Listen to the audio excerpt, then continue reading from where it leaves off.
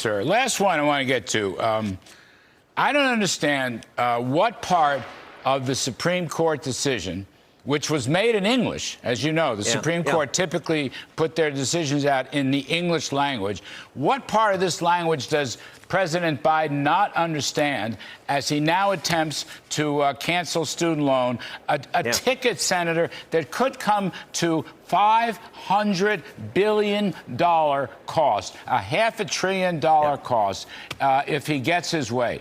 Can you explain this to me? There's a Constitution, there's the Supreme Court, they write in English, they couldn't be clear that he does not have the authority, and yet there he goes again. Senator Cruz, you're a scholar, you're a legal scholar, you're a Supreme Court clerk, et cetera, et cetera. What don't they understand?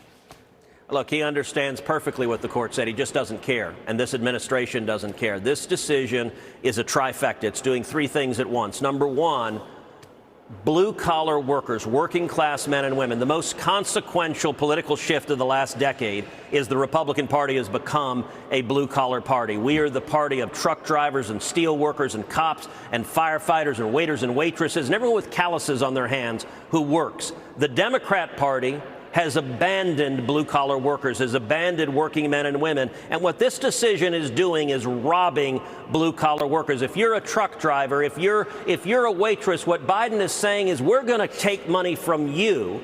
We're going to take money from you either in the form of higher taxes or we're going to borrow and make you pay off that debt. But either way, they're taking it from you to pay off the debts of a bunch of woke gender studies majors because that's who the Democrat Party listens to. That's number one. They are screwing blue-collar workers. Number two, this decision, as you noted, is utterly lawless. The Supreme Court struck it down.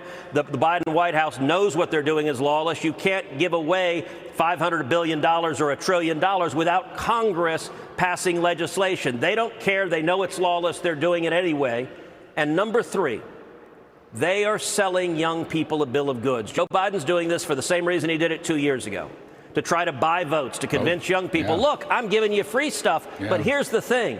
They know this will be struck down in court, so they're lying to young people. They're trying to dupe young people in making a promise that they know will never be delivered upon because the courts will strike it down. But the Biden administration thinks young people are not very bright and they'll be fooled by this political ploy. I don't think that'll happen. Well, that's the beauty of this story. You know, judging from all these polls coming out, the younger folks ain't buying this at all. And they're walking away from Biden. I don't know if they're ready to go for Trump. Maybe they are, but they're walking away from Biden left and right. So I agree. By the way, did you know, Senator, and you may recall this, during the Obama years, they nationalized student loans, stopped private lenders, put them into the Department of Education, where there isn't a single person with banking or credit experience, in order to make loans so the interest would finance, the interest revenues would finance Obamacare. Obamacare.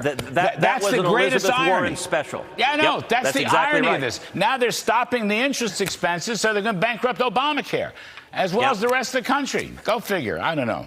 Senator Cruz, good to see you, sir.